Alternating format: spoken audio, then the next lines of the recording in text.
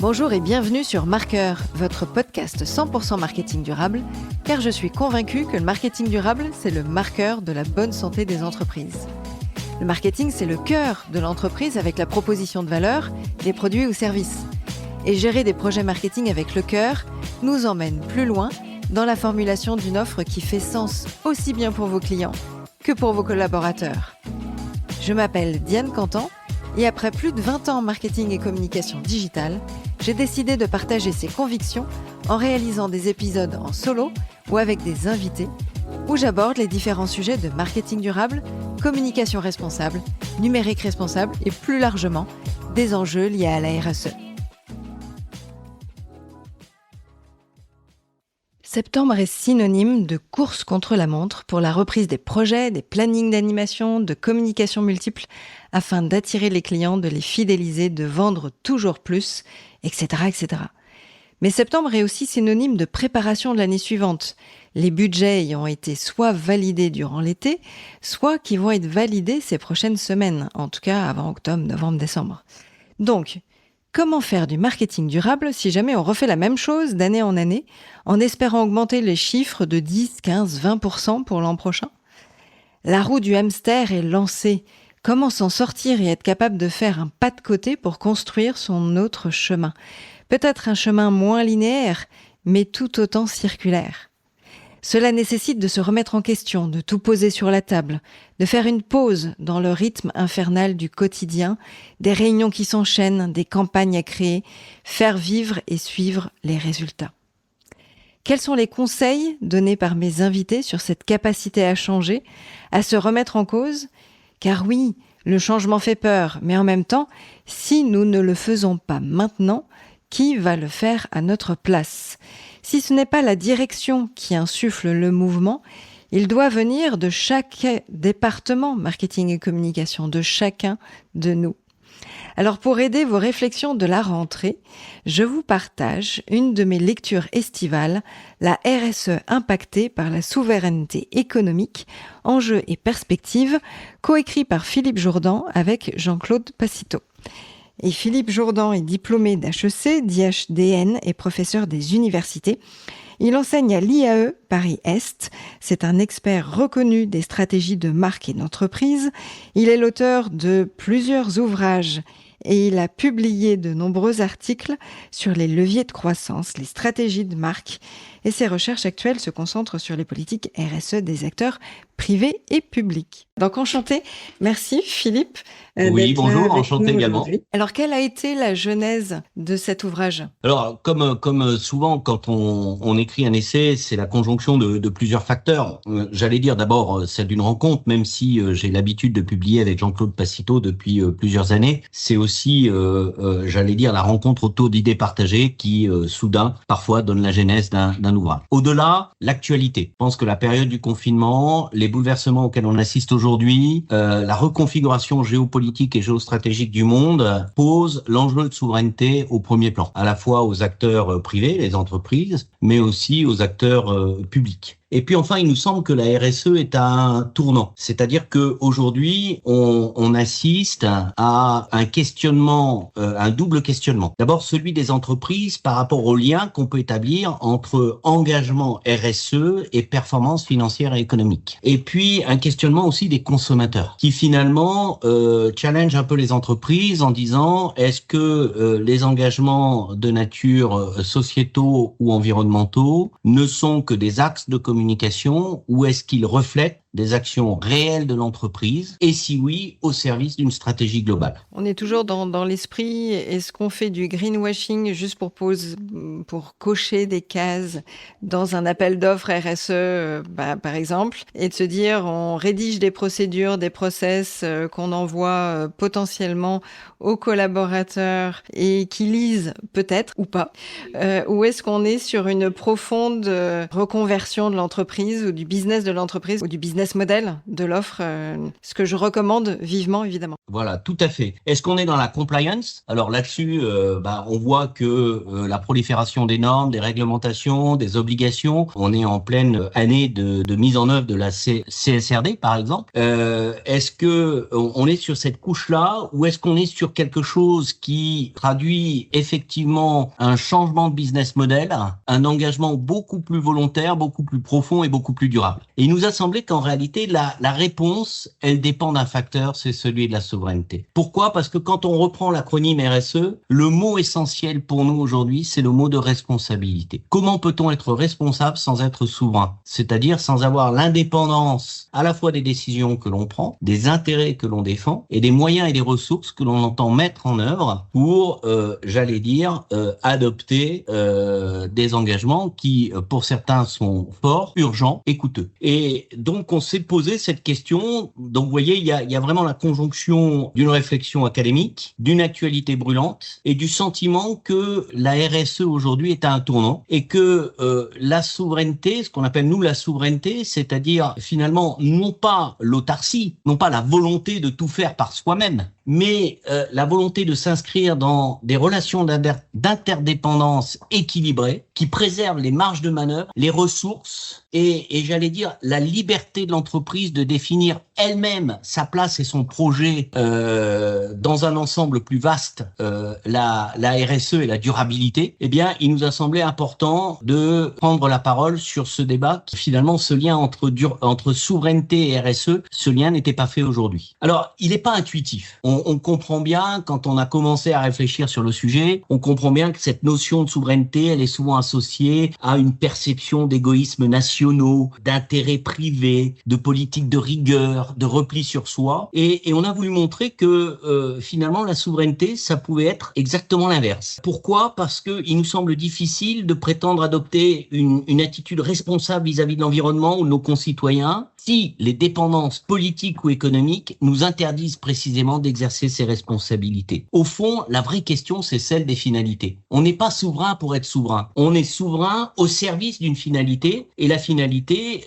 telle que nous on la comprend en matière de RSE, c'est finalement de promouvoir un vivre mieux conforme à nos valeurs et aux souhaits de nos concitoyens, c'est-à-dire des comportements éthiques et écologiquement responsables. Mais inversement, comment promouvoir ces mêmes comportements si notre destin ne nous appartient pas et si l'on reste tributaire de décisions prises ailleurs, ça paraît compliqué. C'est au fond le débat abordé dans cet ouvrage. D'où cette notion, si je reprends un passage, dans un contexte de forte dépendance, la seule stratégie à notre portée est une posture réactive. Or, dans un monde de rupture profonde et rapide sur de nombreux plans, démographiques, climatiques, économiques et technologiques, etc., une simple posture de réactivité ne suffit pas, c'est la proactivité qui doit être recherchée. Ça, c'est effectivement un point clé que vous venez de souligner, c'est de pouvoir se dire, on va avoir un certain nombre de démarches, d'obligations, de CSRD, de réglementations qui vont venir et qui vont nous bouger ou nous forcer à faire évoluer nos pratiques. Mais au-delà de tout cela, il faut être dans une finalité plus lointaine et pas un business économique court-termiste de juste ces prochains mois ou l'année qui vient, mais de pouvoir se dire comment je me projette pour un monde plus vivable, plus durable et respectueux aussi des droits sociaux que l'on peut avoir en fonction des entreprises ou des marges. Il y a l'exemple de l'agroalimentaire qui est cité, où on est souvent confronté avec le consommateur final qui trouve les prix dans les rayons assez chers, et en même temps le producteur de l'autre côté de la chaîne qui se voit lui aussi avec des marges réduites. Donc c'est comment satisfaire l'ensemble des acteurs pour que on puisse s'en sortir correctement et éviter peut-être d'autres exportations ou importations inutiles par rapport à une évolution qu'on doit mettre en œuvre côté diminution de la viande carnée par exemple, qui nécessite un certain nombre de déforestation ou d'agriculture forcée, ou en tout cas plus que l'usage qu'on peut avoir ou la nécessité qu'on peut en avoir tout simplement. Oui, et c'est la raison pour laquelle on situe l'enjeu au niveau de l'ensemble des parties prenantes de l'entreprise. On ne dissocie pas les acteurs économiques eux-mêmes des autres parties prenantes que sont les fournisseurs, les sous-traitants, les clients, les actionnaires, mais aussi l'opinion publique au sens large. Vous parliez de l'agriculture, par exemple. Résoudre le problème de la marge des producteurs d'un côté jugée insuffisante et des prix jugés excessifs par les clients passe par une reconfiguration de la totalité des filières, avec un effort demandé non seulement aux producteurs, aux distributeurs, aux clients eux-mêmes, mais à l'ensemble des parties prenantes. Et cette notion de filière, elle est extrêmement importante. Ce qui est en jeu, finalement, c'est pas le déséquilibre de la balance extérieure, qui est un vrai problème, mais qui est un révélateur, qui est l'indicateur du malaise. Ce qui est en jeu, c'est qu'on a en fait perdu le maîtrise ou la contrôle de la filière, que ce soit sur, j'allais dire, la semence, sur tout ce qui est engrais, pesticides, sur tout ce qui est outils agricoles, sur tout ce qui est nouvelle façon aussi de produire, évidemment plus respectueuse de l'environnement. Et on attaque toujours le problème par le petit bout de la lorgnette en pointant du doigt un seul acteur, alors que on l'a analysé dans un certain nombre de secteurs. En réalité, la France souffre de ne pas avoir ou d'avoir sacrifié ses filières et de ne pas avoir raisonné de manière systémique la totalité de la chaîne, de la production à la distribution, en termes de maîtrise et de création de valeur. Alors, c'est pas simple, parce que il est évident que ça remet en cause 40 ou 50 ans de pratiques économiques, industrielles ou agricoles. Maintenant, ça nous paraît, pour nous, ça nous paraît incontournable. Vous parliez de réactivité et de proactivité. Il faut savoir que les délocalisations, les sous-traitances, l'allongement des chaînes de valeur s'est traduit par des gains, tout ce qui est engrais, pesticides, sur tout ce qui est outils agricoles, sur tout ce qui est nouvelle façon aussi de produire, évidemment plus respectueuse de l'environnement. Et on attaque toujours le problème par le petit bout de la lorgnette en pointant du doigt un seul acteur, alors que on l'a analysé dans un certain nombre de secteurs. En réalité, la France souffre de ne pas avoir ou d'avoir sacrifié ses filières et de ne pas avoir raisonné de manière systémique la totalité de la chaîne, de la production à la distribution, en termes de maîtrise et de création de valeur. Alors, c'est pas simple, parce que il est évident que ça remet en cause 40 ou 50 ans de pratiques économiques, industrielles ou agricoles. Maintenant, ça nous paraît, pour nous, ça nous paraît incontournable. Vous parliez de réactivité et de proactivité.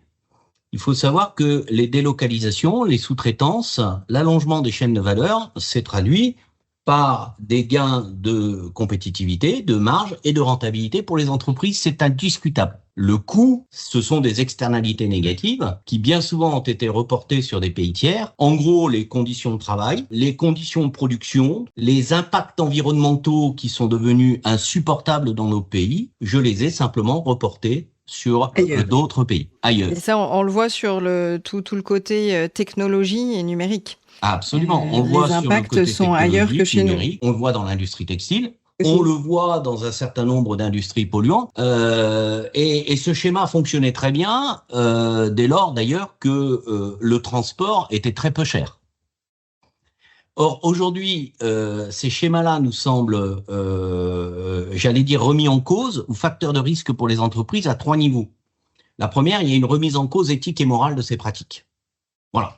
Les pays développés n'ont pas, du point de vue de l'opinion publique, à faire supporter à des pays en voie de développement des externalités négatives qu'elles ont choisi simplement de reporter sur d'autres. La deuxième, c'est que le transport devient cher. Et puis, la troisième considération qui me semble également importante, c'est qu'en réalité, il y a une exigence des pays en voie de développement de partager la valeur. Dans un monde dont on voit bien qu'il évolue, qu'il n'est plus unipolaire mais multipolaire, les BRICS vont affirmer de plus en plus fortement leur volonté de garder chez elles une partie de la valeur. On le voit bien dans les relations aujourd'hui avec la Chine. Donc, tous ces éléments de reconfiguration nous amènent à remettre en question les chaînes de valeur telles qu'elles existaient, et notamment la délocalisation qui a quand même été le grand mouvement industriel et économique des 40 dernières années. Et il y a un écho aussi que je fais, ou un parallèle que je fais avec un livre que ma fille a dû lire pendant l'été dans ses lectures estivales pour préparer sa première avec les spécialités SES, économie et en même temps histoire géopolitique. Un livre qui est est sorti en avril 2024 sur qui dirigera le monde et que l'avis de plusieurs experts. Et effectivement, il y a aussi ce lien assez fort entre qui souhaite diriger le monde et évidemment avec les puissances que l'on connaît et tous les conflits que l'on connaît aussi aujourd'hui dans l'actualité. Et en même temps, cette notion d'environnement, d'enjeux climatiques, de dérèglement climatique que parfois on omet dans les réflexions, alors que ça va devenir un enjeu problématique d'un point de vue économique, forcément, et qu'on ressent déjà, que certaines entreprises françaises ressentent déjà, qu'on va ressentir davantage ces prochaines années. Bien sûr. Alors, il y a malgré tout dans cet environnement effectivement bousculé, problématique, certains diront anxiogène, il y a tout de même, me semble-t-il, des prises de conscience et des efforts salutaires et qui nous éclairent. Il y a notamment la volonté du consommateur aujourd'hui de mieux maîtriser sa connaissance du sourcing, d'avoir une revendication du local lorsque celui-ci apporte une réelle valeur ajoutée. Alors ça peut être la diminution de l'impact environnemental, mais ça peut être aussi la création d'emplois au niveau local, ça peut être une valeur ajoutée à produire localement. Il me semble que dans un certain nombre de secteurs, des entreprises, alors plutôt des entreprises aujourd'hui de petite taille ou de taille moyenne, lorsqu'elles jouent ces effets de levier, certaines s'en sortent très bien. Donc ça nous montre quand même une direction à prendre. C'est ça, c'est quel conseil donneriez-vous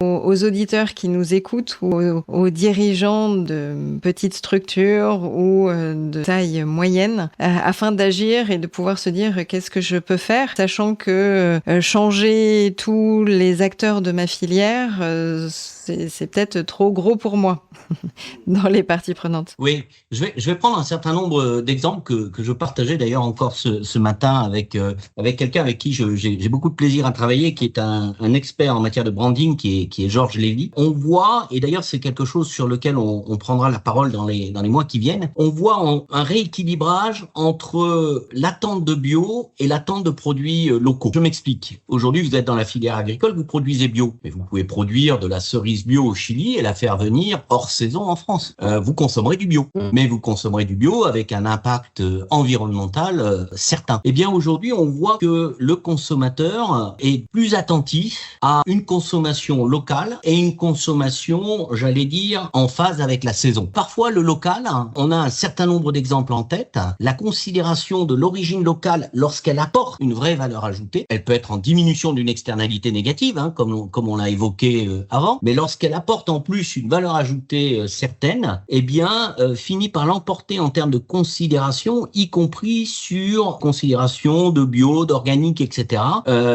Et cet équilibrage est intéressant. Là, on parle de la filière agricole, mais on peut le prendre aussi dans un certain nombre de filières industrielles, exactement de la même façon. Tout est une question aussi de pédagogie, je devrais dire. C'est d'éducation et d'explication, parce qu'en fait, tant que les experts savent, mais que le grand public ignore, le grand public continue d'agir de façon déraisonnée ou de façon absurde. Tout est une question de pédagogie, de se dire comment on peut expliquer des bons comportements ou des éco-gestes ou éviter des absurdités. C'est vrai que moi, quand je fais des courses, vouloir acheter du bio, mais quand je vois que ça vient de l'autre côté de l'Atlantique et que c'est en plus emballé dans du plastique, eh ben, je vais préférer un autre fruit ou un autre légume qui va être sans emballage et d'origine française.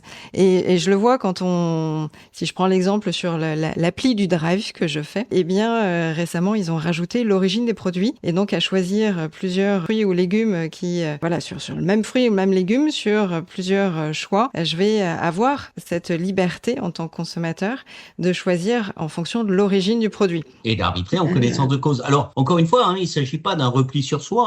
On n'appelle certainement pas à l'autarcie, au repli sur soi. D'ailleurs, les périodes où les nations et les pays se sont repliés sur eux-mêmes sont en général annonciatrices d'événements des guerriers et malheureux. Donc, on ne s'inscrit pas du tout dans cette séquence. Mais effectivement, ce pourquoi on milite, c'est que production locale doit avoir du sens. Alors, elle peut avoir du sens en apportant une valeur ajoutée supplémentaire au produit. Là, c'est la notion de savoir-faire local, qui peut en matière agricole puiser sur des savoir-faire ancestraux ou traditionnels. Et puis, il y a aussi, je pense, dans le développement local, une dimension qui nous paraît importante. On voit bien les fractures territoriales. Un des gros problèmes en France, c'est la fracture sociale, mais qui en réalité est aussi une fracture territoriale. Les deux se recoupent. Et la plupart des entreprises négligent la connaissance communication qu'elles peuvent faire sur le rapport au développement des territoires. Le premier rapport, c'est l'emploi. Forcément. Parce que derrière l'emploi, vous avez la richesse économique créée, vous avez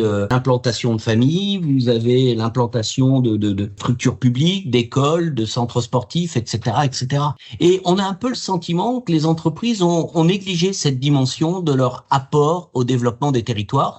Certaines le font très bien. Michelin à Clermont-Ferrand, par exemple. Bon, mais beaucoup de grosses entreprises sont assez timides sur cette prise de parole en disant mais notre implantation locale, elle participe d'une démarche responsable et d'une démarche RSE parce qu'elle crée de l'emploi, de la richesse et que derrière cette richesse, eh bien, on lutte contre la désertification des territoires français, j'allais dire qui est problématique à plusieurs niveaux. D'un point de vue social, on parle d'humain, mais aussi d'un point de vue écologique et environnemental. Tout est lié, mais l'ancrage territorial est un axe fort et c'est aussi un axe important pour l'ADEME. Ça fait référence à l'épisode où j'ai interviewé Sylvain Wasserman, président de l'ADEME, que ça fait forcément écho. Également, quand on parle du milieu agricole, ça me fait référence à l'épisode avec Olivier Dauvers. Absolument.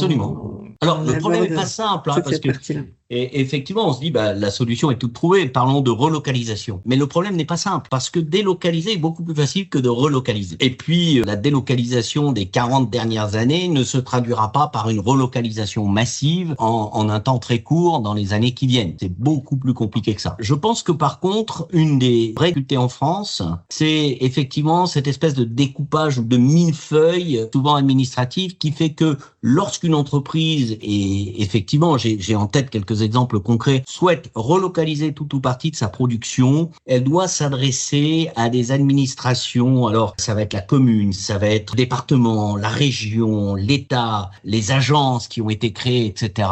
Et là, on a effectivement un millefeuille administratif qui souvent rend très complexe, voire impossible, une démarche dans un temps contraint ou dans un temps donné. Donc là, il y a beaucoup d'améliorations à faire à ce niveau-là. Donc s'il y avait une baguette magique, là, que vous aviez, ce serait celle-ci, réduire les complexités administratives pour les entreprises françaises, ou il y en aurait d'autres? Absolument. Je pense que la relocalisation doit intégrer 3 dimensions. La première, c'est un effort pour créer les infrastructures d'accueil des entreprises qui souhaitent se relocaliser en région. La deuxième, c'est effectivement cette notion, alors on en parle, mais on a du mal à le mettre en place, cette notion de guichet unique. N'avoir qu'un seul interlocuteur pour régler la totalité des problèmes et prendre en compte la totalité des démarches administratives qui en France sont particulièrement lourdes lorsqu'il s'agit de s'implanter. Et puis, j'allais dire, la troisième dimension, il faut pas la négliger non plus. Si les territoires se vident, et si les territoires ont du mal à accrocher de l'emploi aujourd'hui,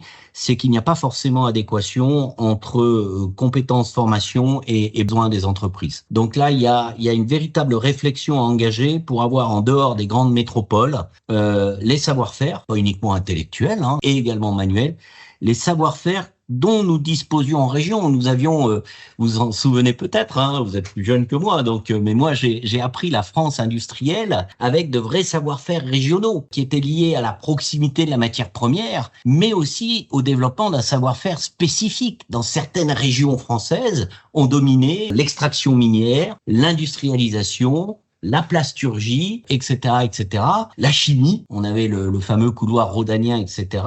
Donc on voyait bien qu'on avait un ancrage territorial des savoir-faire, mais qui s'expliquait aussi par des accès à la matière première, à la ressource, au savoir-faire et aux infrastructures de transport et de communication. Donc vous voyez, là aussi, l'État a sa part de responsabilité à jouer et il me semble qu'il manque d'une grande agence de développement régional qui ait de vrais pouvoirs et de vrais moyens d'agir. Est-ce qu'il y a un passage que vous avez envie de souligner dans le livre? Là, j'en ai lu un. J'ai une autre phrase comme quoi, là, il faut repenser en profondeur ce que nous désirons laisser aux générations futures et comprendre que recomposition économique et développement durable sont aujourd'hui et plus que jamais liés. Est-ce que c'est la phrase de la fin ou est-ce que vous avez envie Oui, c'est absolument la phrase de la fin parce que je pense que si nous inscrivons la démarche RSE dans ce que nous nous le maquis bureaucratique et si nous l'inscrivons trop vite dans une compliance, c'est-à-dire dans l'obligation de souscrire à des indicateurs comptables, financiers, à des échéances court terme, parce que les indicateurs comptables et financiers ont un horizon, c'est celui de l'année et de l'année comptable. Eh bien, on oublie que derrière le terme de RSE, c'est la durabilité qui est questionnée et que cette durabilité, naturellement, elle s'inscrit sur le temps long. Et donc, je crois qu'il faut aujourd'hui réfléchir à la façon de valoriser autrement. Le consommateur le fait. Je pense que les pouvoirs publics et les acteurs économiques ne le font pas assez aujourd'hui, de valoriser les entreprises qui s'inscrivent dans un temps long. Or, malheureusement, la financiarisation de l'économie des 20 ou 30 dernières années a privilégié le court terme sur le long terme, mais le long terme finit toujours par nous rattraper. Merci beaucoup, Philippe, pour ces échanges. Effectivement, on peut enchaîner et continuer pendant longtemps. L'idée, c'était d'avoir un épisode assez court sur cette lecture estivale. En tout cas, merci beaucoup. Merci beaucoup, merci à vous et merci pour cet échange-là. Merci d'avoir écouté jusqu'au bout cet épisode. J'espère que mon invité ou mes invités vous ont inspiré et donné envie de passer à l'action. Alors n'hésitez pas à mettre 5 étoiles sur votre plateforme d'écoute favorite. Vous pouvez évidemment me laisser un message sur LinkedIn ou Instagram en m'indiquant les sujets que vous aimeriez que j'aborde et les invités que vous aimeriez entendre. J'ai besoin de vos likes et abonnements pour faire connaître mon podcast. Alors n'hésitez pas à en parler autour de vous et à partager sur les réseaux sociaux. Allez, je vous dis à très vite. Ciao!